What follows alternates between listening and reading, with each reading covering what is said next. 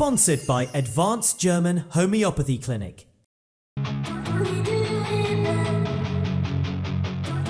I'm Dr. Manoj Pujar, MD Homeopath, Classical Homeopath, Advanced German Homeopathy Clinic, Varicose Ulcer and Diabetic Wound Care Center.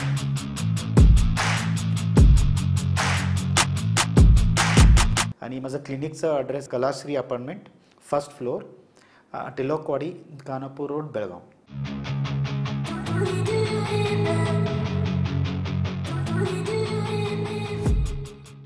नमस्कार, मी श्वेता अंकले. Tarun Bharat news बुलेटिनमध्ये आपल्या सर्वांचे स्वागत. आता पाहूया ठळक घडामोडी. अलदग्यातील धरण प्रकल्पासाठी गेलेल्या जमिनींची नुकसान भरपाई अद्यापही न मिळाल्यामुळे आणि ऊसाचा हमीदर जाहीर न झाल्याने शेतकऱ्यांमध्ये तीव्र संताप उसळला आहे. याच पार्श्वभूमीवर आज गुरुवारी संतप्त शेतकऱ्यांनी ट्रॅक्टर रॅली काढत शहरातील चन्नमा चौकात चक्काजाम आंदोलन केले. शेतकऱ्यांनी राज्य सरकार विरोधात जोरदार घोषणाबाजी करत ऊसाच्या दराबाबत तात्काळ घोषणा करा, अन्यथा ऊस तोडणी करू दिली जाणार नाही असा इशारा दिला. त्याचबरोबर अलदग्यातील धरण प्रकल्पासाठी गेलेल्या शेत जमिनींच्या योग्य नुकसान भरपाईसह पुनर्वसनाची मागणी केली. दरम्यान बसुर्ते गावामध्ये प्रस्तावित नवीन धरण प्रकल्पाच्या विरोधातही शेतकऱ्यांनी तीव्र रोष व्यक्त केला. शेतकऱ्यांना कोणतीही पूर्वसूचना न देता सुरू केलेल्या या प्रकल्पामुळे हजारो एकर जमीन विस्थापित होणार आहे असा आरोप करत या प्रकल्पाला तात्काळ स्थगिती द्या अशी जोरदार मागणी केली. आमचं जगणं उद्ध्वस्त करणाऱ्या या निर्णयाला विरोध करत राहू. योग्य दर आणि नुकसान भरपाई न दिल्यास आमचं आंदोलन आणखी तीव्र करू असा इशारा शेतकऱ्यांनी दिला. कर्नाटक राज्यात मद्यविक्री बंदी घालावी या मागणीसाठी आज गुरुवारी बेळगाव जिल्ह्यातील हजारो महिलांनी विराट मोर्चा काढत जिल्हाधिकाऱ्यांना निवेदन सादर केले. शहरातील कित्तूर आणि चन्नमा चौकात मानवी साखळी तयार करून महिलांनी राज्य सरकार विरोधात जोरदार घोषणाबाजी केली. महिलांनी सांगितले की कायदेशीर आणि बेकायदेशीर दोन्ही मार्गांनी राज्यात मद्यविक्री मोठ्या प्रमाणात सुरू आहे. त्यामुळे कुटुंबांमध्ये कलह, हिंसाचार, आर्थिक संकट यासारख्या गंभीर समस्या निर्माण होत आहेत. दारूने आमचा संसार उद्ध्वस्त होतोय, याला जबाबदार कोण असा आक्रोश त्यांनी व्यक्त केला. ग्रामपंचायत पातळीवर ठराव मंजूर करून गावात मद्यविक्री बंद करण्याची मागणीही यावेळी करण्यात आली. सरकारने तातडीने लक्ष घालून राज्यामध्ये पूर्ण मद्यविक्री बंदी लागू करावी अशी एकमुखी मागणी महिलांनी केली. यावेळी अनेक सामाजिक संघटना, महिला मंडळे, स्वयंसहायता गटांच्या महिलांचा सहभाग होता. आंदोलन शांततेत पार पडले असले तरी महिलांच्या रोषपूर्ण घोषणा आणि भावना राज्य सरकारपर्यंत पोहोचतील का हे पाहणं महत्त्वाचं ठरणार आहे. 1 नोव्हेंबर रोजी पाळल्या जाणाऱ्या काळा दिनानिमित्त कोल्हापूर जिल्ह्यातून हजारो शिवसैनिक बेळगावात दाखल होणार असल्याची माहिती जिल्हा शिवसेना प्रमुख विजय देवणे यांनी पत्रकार परिषदेत दिली. ते म्हणाले की कोणत्याही परिस्थितीत काळा दिन बेळगावमध्ये पाळला जाणारच आहे. कर्नाटक सरकारकडून कोल्हापूरसह इतर मराठी नेत्यांना राज्यात प्रवेश करण्यास बंदी घालण्यात आली आहे. मात्र या बंदीला भीक न घालता शिवसैनिक बेळगावात दाखल होणारच असे त्यांनी ठामपणे सांगितले. बेळगावच्या मराठी भाषिकांवर होणाऱ्या अन्यायाविरोधात शिवसेना नेहमीप्रमाणे ठामपणे उभी राहणार असून शांततापूर्ण मार्गाने काळा दिन पाळण्यात येईल असेही देवणे यांनी स्पष्ट केले. या काळामध्ये राजकीय नेत्यांप्रमाणेच मराठी भावनांना साथ देणारे हजारो कार्यकर्ते बेळगावात पोहोचतील अशी माहितीही त्यांनी यावेळी दिली. अनमोड घाटातील गोवा हद्दीमध्ये असणाऱ्या दूधसागर मंदिरापासून 1 किलोमीटर अंतरावर 4 जुलै रोजी अचानक रस्त्याला चीर जाऊन रस्त्याचा काही भाग कोसळला होता. त्यामुळे आणखीन पूर्ण रस्ताच कोसळून या दृष्टिकोनातून 5 जुलैपासून मडगाव जिल्हाधिकाऱ्यांनी छोटी वाहने तसेच अत्यावश्यक सेवा वगळून इतर वाहनांना मार्ग बंद केला होता. रस्ता कोसळलेल्या ठिकाणी सतत पडणाऱ्या पावसामुळे तसेच कोसळल्या मुख्य कामाची टेंडर प्रक्रिया पूर्ण न झाल्यामुळे काम तशा स्थितीत बरेच दिवस रखडून पडले होते. 2 महिन्यांच्या कालावधीनंतर सदर रस्त्यावर रस्ता पुन्हा कोसळू नये तसेच मजबूत व्हावा या दृष्टिकोनातून स्लिबिंग प्रक्रियेतून रस्त्याच्या दोन्ही बाजूने रॉड घालून रस्ता मजबूत करण्यात आला होता. त्यानंतर अवजड वाहनधारकातून अवजड वाहनांना या मार्गावर सोडण्याची मागणी केल्याने कोसळलेल्या ठिकाणी पत्र्याचे संरक्षण भिंत घालून अवजड वाहनांना एकेरी मार्गाने सोडण्यात आले होते. आता साधारणतः 4 महिन्यांच्या कालावधीनंतर रस्ता कोसळलेल्या ठिकाणी मुख्य कामाला प्रारंभ झाला आहे. सदर कामाला सेंट्रल गव्हर्नमेंटतून स्पेशल फंडातून या ठिकाणी 4 कोटींचं अनुदान मंजूर झालंय. महाराष्ट्र एकीकरण समितीच्या महिला आघाडीने येत्या 1 नोव्हेंबर रोजी पाळल्या जाणाऱ्या काळा दिनासंदर्भात नुकतीच एक बैठक आयोजित केली होती. सन 1956 मध्ये तत्कालीन पंतप्रधान पंडित जवाहरलाल नेहरू यांनी आकाशवाणीवरून कर्नाटक राज्याच्या स्थापनेची घोषणा केली आणि हा न्याय सीमा भाग कर्नाटकात जबरदस्तीने डांबण्यात आला. तेव्हापासून आजपर्यंत सीमा भागातील 25 लाखांहून अधिक मराठी भाषिक केंद्र सरकारच्या विरोधात महाराष्ट्र एकीकरण समितीच्या नेतृत्वाखाली मूक सायकल फेरी काढून आपला निषेध नोंदवत आले आहेत. यावर्षी येत्या शनिवारी म्हणजेच 1 नोव्हेंबर रोजी होणाऱ्या मूक सायकल फेरीमध्ये आपण सर्व महिलांनी अधिकाधिक संख्येने उपस्थित राहून आपला निषेध नोंदवावा असे आवाहन महाराष्ट्र एकीकरण समितीच्या महिला आघाडीच्या अध्यक्षा सौ रेणू किल्लेकर यांनी केलं आहे. तसेच महिला आघाडीच्या सेक्रेटरी सरिता पाटील यांनी आपले मनोगत व्यक्त करताना महिलांना काळ्या दिनाचे महत्त्व समजावून सांगितले. महिलांनी काळी साडी परिधान करून किंवा काळी फीत बांधून आपला निषेध नोंदवावा असं आवाहन त्यांनी केले. निपाणीमध्ये शालेय विद्यार्थ्याने राहत्या घरी गळफास लावून आत्महत्या केल्याची घटना बुधवारी सकाळी 12च्या सुमारास उघडकीस आली. मोहम्मद साब वासिम बागवान वय 16 राहणार आझाद गल्ली निपाणी असं आत्महत्या केलेल्या शालेय विद्यार्थ्याचं नाव आहे.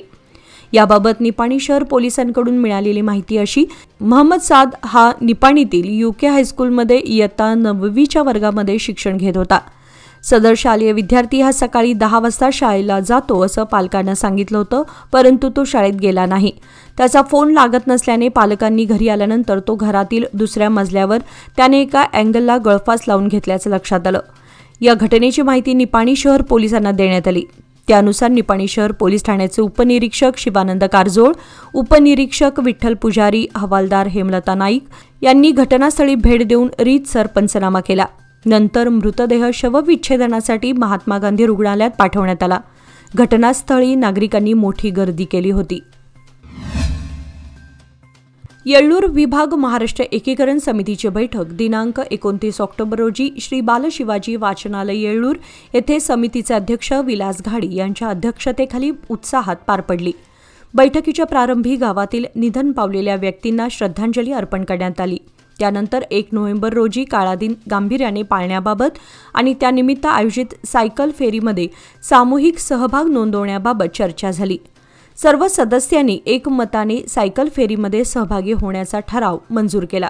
बैठकीत अध्यक्ष विलास घाडी यांनी आपल्या मनोगतात सांगितले की येळ्ळूर गावाने सीमा प्रश्नासाठी दिलेले योगदान आणि केलेला त्याग अमूल्य आहे.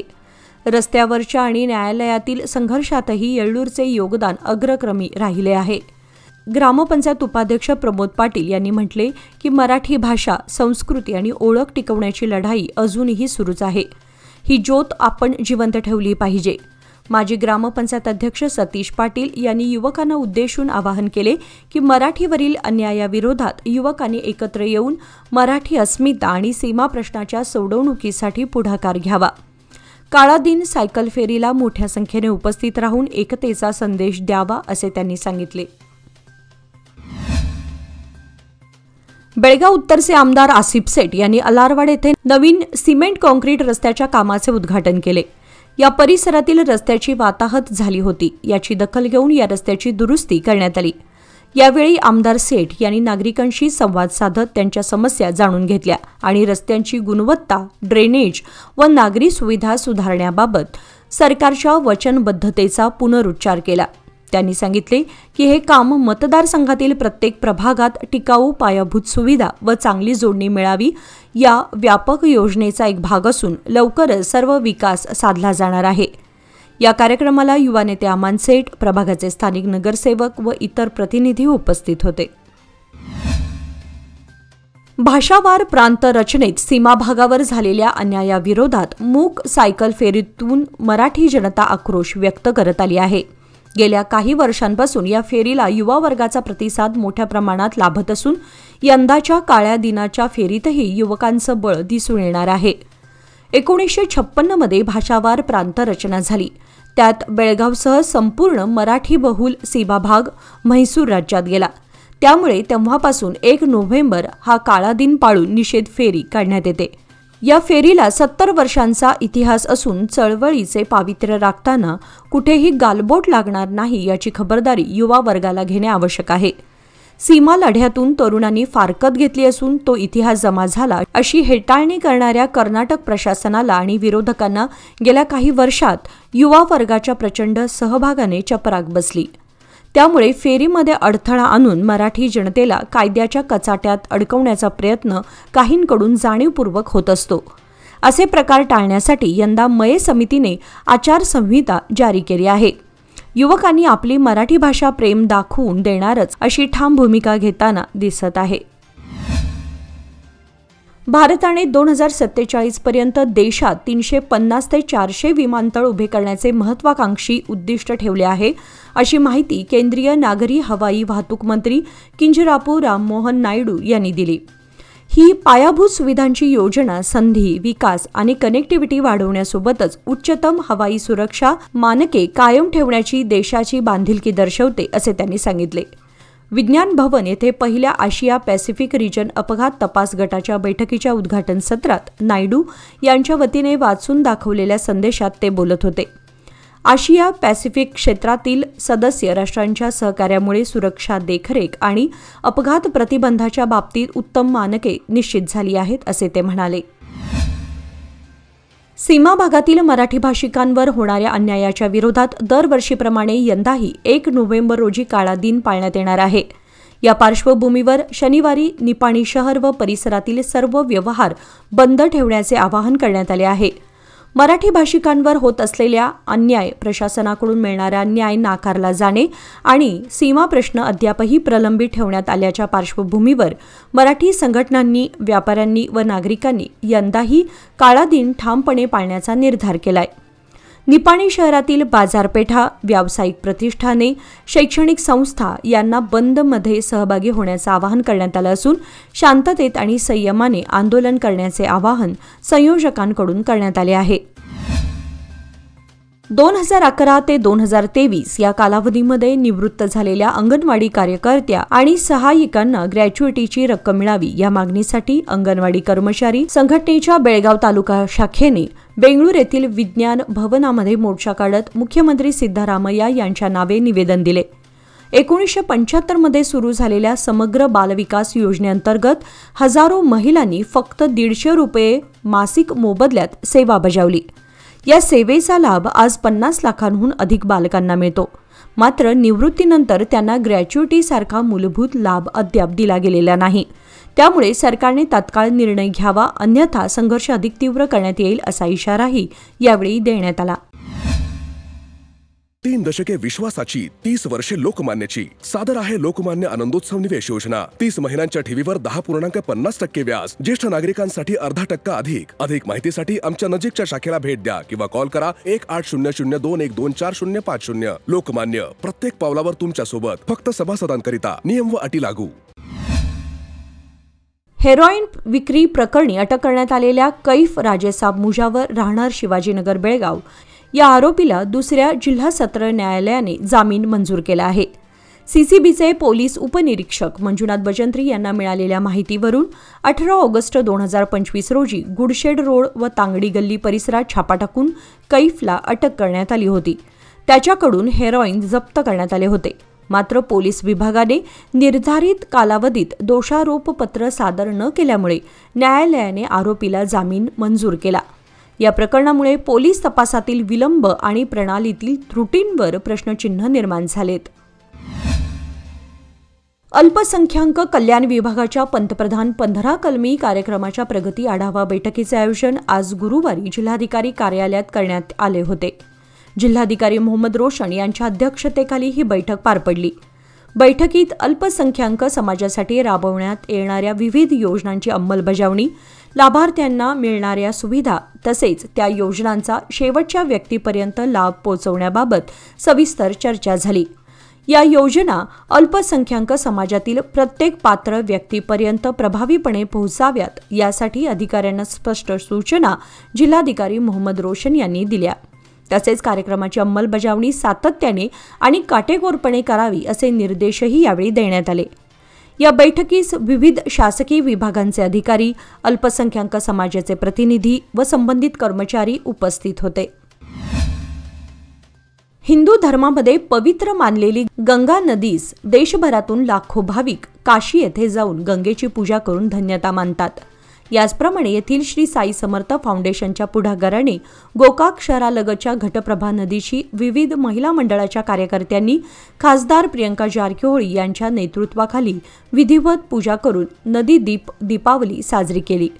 जिल्ह्यातील जनतेची जीवनाडी म्हणून ओळखल्या जाणाऱ्या कृष्णा, मलप्रभा, मुंगेरी, पांढरी, काळी, महादाई, मार्केडे, ताम्रपर्णी, तिलारी, हिरण्यकेशी, वेदगंगा, दूधगंगा, पंचगंगा, अग्रणीबरोबर घटप्रभा ही देखील एक मुख्य नदी असून गोकाक शहरालगत नदीकाठावर घटप्रभा नदीची विशेष पूजा करून ओटी भरली. यावेळी विशेष संगीत नृत्यामध्ये युवतींनी दिव्याच्या आरतीबरोबर संगीत दीप आरती नृत्य सादर केले.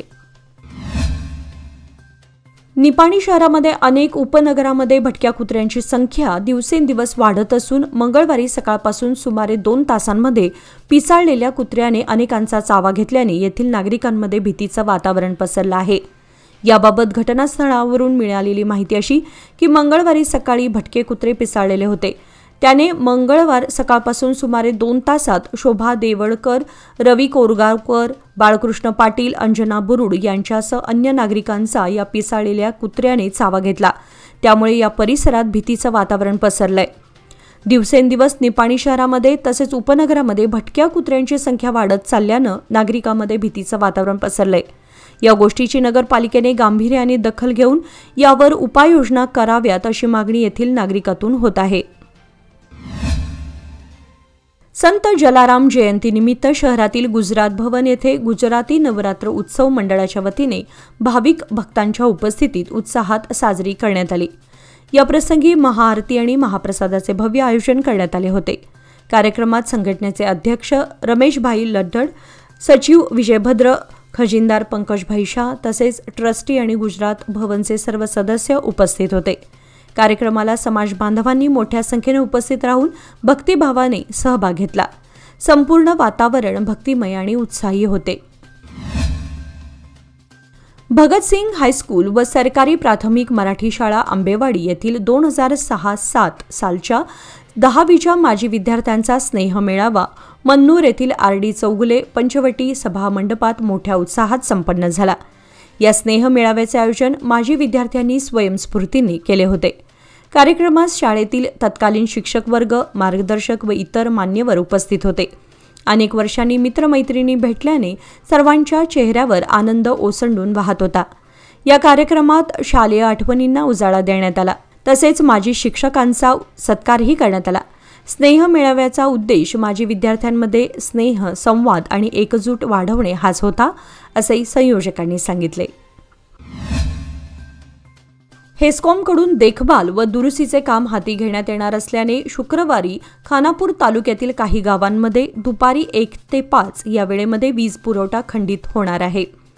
खानापूर वीज केंद्रामध्ये अचानक दुरुस्तीचे काम निघाल्यामुळे खानापूर शहरासह लैला शुगर्स, देवलत्ती, बिदरभावी, भंडरगाळी, गलगुंजी, तोपिनकट्टी, भडगाव, निडगल, दोड्डहोसूर, सन्नहोसूर, करंबळ, जळगा, कुप्पटगिरी, लोकोळी, लक्केबैल, येडोगा, बलोगा, जैनकोप, गांधीनगर, हलकर्णी, कोर्ट परिसर, औद्योगिक वसाहत, बाचोळी, कौंदल, झाडनावगा, लालवाडी, हेब्बाळ, नंदगड, कसबा नंदगड, कारलगा, शिरोली, चापगाव, लोंढा, नागरगाळी, कुंभारडा, तारवाड, गुंजी, मोहिशेत, भालके बीके, भालके केएच, रुमेवाडी, अशोकनगर, हेमाडगाव, मणतुर्गा या गावांना उद्या शुक्रवारी वीज पुरवठा होणार नाही.